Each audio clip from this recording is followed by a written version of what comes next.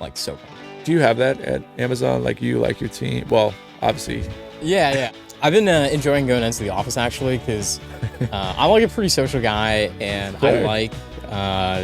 I like those interactions, and I'm like meeting people from different teams. Yeah. My work best friend's a security engineer, and I'm like learning all of Is it that. Austin?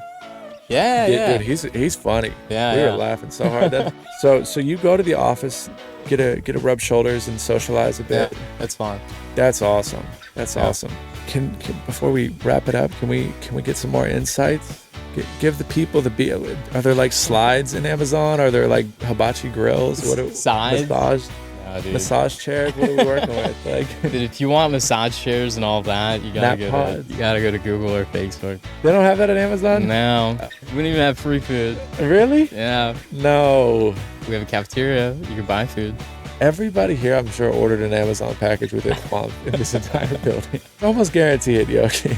Dude, definitely. Yeah, that's amazing. I guess wrapping it up, what would be like your best advice for if you're a cybersecurity engineer and you want to take a crack at Amazon or one of those kind of top tech companies? What would be kind of your bullet points? Yeah, I'll keep it general, and I'll cut it into like two different sections, like one for big tech and one for non-big tech. Sure. So, Sure. I mean, big tech is definitely slowed down in hiring, and that's Okay. no ifs, ands, or buts about it. And I think entry-level jobs right now are pretty tough. I've been looking. So I had an intern over the summer. He was a rock star. He got an incline to hire. We just don't have opening. Oh, really? Within my org, and there's just not enough positions Available. at the new grad level. So, I mean, I've been reaching out to my friends, got a bunch of referrals, Meta, Google, NVIDIA, all that stuff. He would get an interview if there were positions. There's just not any. Right. Yeah. So Yeah. I think it's just not a great time to be applying for big tech, but I don't think that's the end all be all, right? So the SD2, SD3 level, they're still hiring. Okay. I mean, if they're still hiring now, they're definitely going to be hiring when things are better. Right. So I think if you go in, work at a company, mid-sized startup, whatever, do a great job, learn a lot, note down any notable stories or like big accomplishments as you go through your job, so that when it comes time for the interview, you don't have to remember everything from scratch. So it'd be nice to have like a little journal. Just like bullet points of what someone's done. Yeah. So that way, when you're coming up with these stories, you have something to like go off of. Okay. So, so if you work at a company, just do a really good job, learn a lot. In about like 2 years, I think like you'd be very competitive for a big tech company, and you'd come in at a higher band than if you worked there for 2 years, get promoted, and you'd start out at like bottom of the band. Right. So I think if you take like a long-term, like 5-year approach, there could be some upside to Definitely that upside. approach. Definitely that upside. longer term. yeah, and Yeah. even I noticed with some of the engineers that I work with, they're engineers that had work experience beforehand and fresh grads that, they didn't even have an internship. And you definitely see the disparity. There's the engineers that have work experience are much stronger. Right.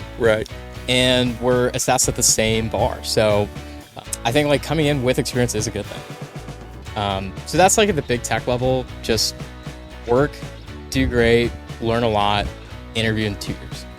Okay. Non-big tech level, so mid-sized, small companies, I'd give 2, maybe 3 pieces of advice, and I kind of like got at one of them already. So I think people get into this mindset of, they're practicing, and instead of applying and interviewing, this mindset of like either like tutorials or maybe like mock interviews. Yeah. It's this fear of failure, or this fear of bombing an interview. They don't just apply. And in fact, I think these interviews are the best practice that you have, right? Right. So just apply, interview, it's gonna take a lot of just bombing a couple Fail interviews. some interviews, yeah. It's gonna happen. Not a big deal. When I was applying, dude, I had a spreadsheet. After the 100th rejection, I'm just like, why am I even keeping track It took of this? 100? Over 100. Woo! Over 100. Woo! That's And some I persistence. I bombed so many of them. Yeah. But it was I've great definitely practice. bombed A lot. Great practice. I failed a few. Yeah. Yeah. And so you happens. just got to get your reps in, and it has to be in interviews. That's 100, and you still were like, no, I'm still gonna keep. There's no other way. Holy. So first piece of That's why advice. they pay you the big boom. First piece of advice is to apply a lot. Don't let the fear of failure hold you back from applying and getting the good experience Right. to succeed. Amazing bit. Second piece of advice, which I hinted at earlier, is you kind of have to like help the interviewer collect the data that they need. Okay. So let's say like last weekend, like you went scuba diving and you saw hammerhead shark Yeah. and it ate an octopus. Okay. Something wild. Real unique experience. Real unique experience. And say like you're hanging out, like just you and me right now. Yeah. You can't really like expect me to ask you like, hey Ryan, did you go scuba diving last week? Did you you? see a shark? Did it eat an octopus? Yeah. It's not realistic. Not a common question. Yeah, and so Maybe I think it should be, you know? Maybe we should. I'm gonna add that to my repertoire. And so the interview is the same way. The interviewer has the challenge, and you gotta have some empathy for the interviewer. Like they wanna collect data, and you have to help them. Right, they're on the other side, like trying to sign a check Yeah. of whatever your salary, base salary, here you go. And they want to get validation on why they should do that. Yeah, exactly. And so it's tough for them to extract the data that they need. So it's kind of on you to prepare Yeah, examples ahead of time. sure. And And that's where you kinda did this spreadsheet where you were like, Nudge the interview to like offer up those examples. okay, kind of influence it in a way, Yeah. walking them down. So something to prompt, like if you're watching this, you want to come up with some ideas. Like ask yourself, what is like my biggest accomplishment? Why would you leave an interview without sharing? That's good Like advice. like right there. even if That's the a interviewer's headline. not asking you that, Yeah, I'm sure you can figure out a way to put that example in there, right? that's kind of You know what I fun. mean? Could you imagine just throwing that in there? With, like, no Hi, my name context. is Ryan. Did you know? Did you know?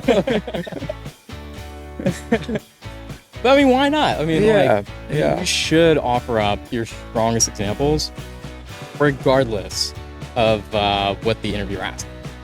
And again, There was, little asterisk, if it's a big tech company, they have very standard process, right? yeah, And if you're, for example, if your example is like really big on like, it's measuring like if you have a competency in the ownership leadership principle, but then the question is on like earned trust. Maybe there's a mismatch, so it's not like a blanket thing, but anywhere else it applies.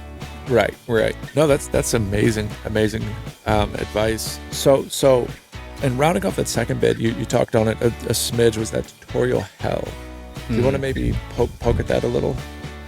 And like what not to do specifically, which is live in tutorial hell. Right, Go right. fail, go do the real thing, similar to Go- the interviews. Exactly. And I think like tutorials are pretty shallow. Everyone does them, and it's not like real world examples, right? Because in the real world, where you have like an application at scale, Yeah, you have like even the difference between like 0 and 10 customers is huge, oh yeah, and up to like 100,000 million is whole next different level. system. If you have like an error that happens like once every 1,000 requests, it's for sure gonna happen in a production 10,000 environment. times. Yeah. yeah. Exactly.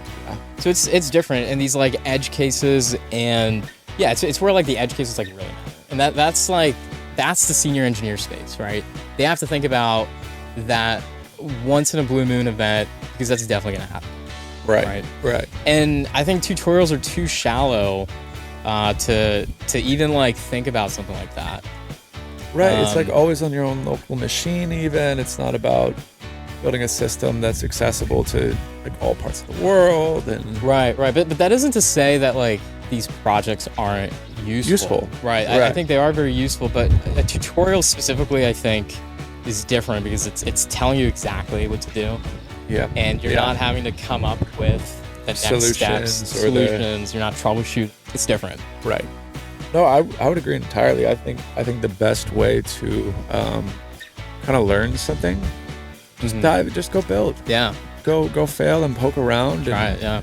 If you want to learn Java and Spring Boot, just like build an accounting application and let it suck and be horrible, but just poke around and figure it out. I mean, that's how you do it in even at Amazon. Like if you're trying to convince a group for some application you're trying to build, you got to come up with like a proof of concept to convince your team, sister organizations to get some buy-in.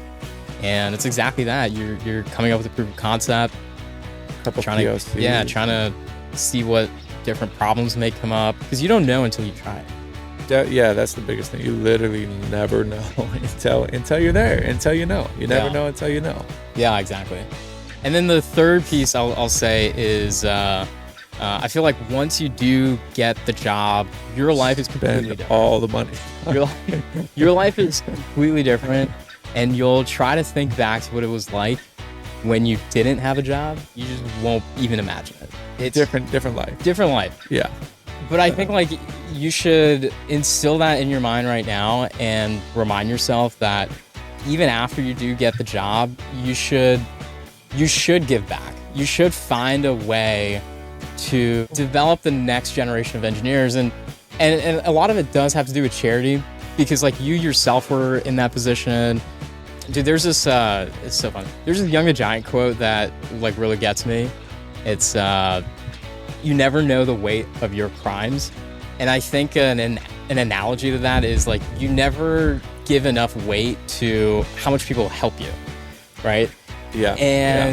And I think like you minimize how influential other people were in your success, and I don't think you take that for granted. And so part of it is just giving back, and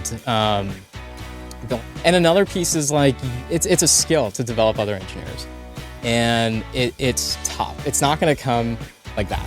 You gotta practice it. You gotta teach engineers. They'll test you. Like, dude, my intern, even though he was such a rock star, like I had some trouble, and he was a rock star. All right, dude. Sometimes I'm not the most patient person.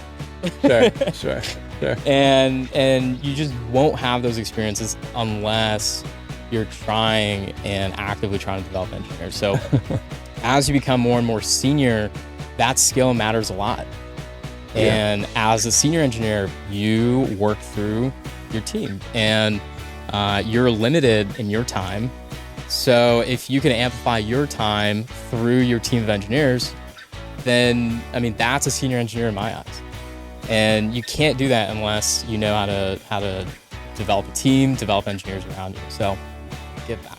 So those are my three. So let's just summarize. So big tech, don't worry about it. Just get a job, do great, learn a lot. Okay, apply in 2 years. Figure it out. 2 to 5 years. Apply in 2 years, 3 years, whatever timeline you're on. I think it's fine. Non-big tech, first of all, just apply, get the real world interviewing experience. Don't let the fear of failure hold you back. Number 2 is, fail, Exactly. Number 2, the real deal, right? Prepare your stories ahead of time and offer them up in the interview. And then finally, give back. Dude, that's amazing. Well, thank you so much for popping on here and helping me. I think it's a full circle moment. Yeah. Because this is huge to have you on here and dude, this is great. I'm like super inspired by the just like the kinetic energy you got with the project, the YouTube channel. I'm super inspired. That's awesome to hear. Thank you so much for spending that energy back on me. Yeah, dude. I appreciate it. Let's unless there's one squeaky non-professional advice you would give. Non-professional advice? I mean, dude, get good sleep. Dude, thank you so much for popping absolutely. on. I appreciate it. Oh, yeah, that was great. Yeah, man. That's great, dude. Press. Oh no, the phone died.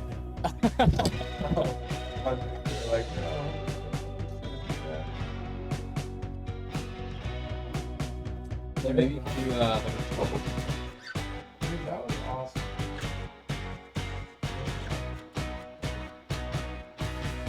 it's funny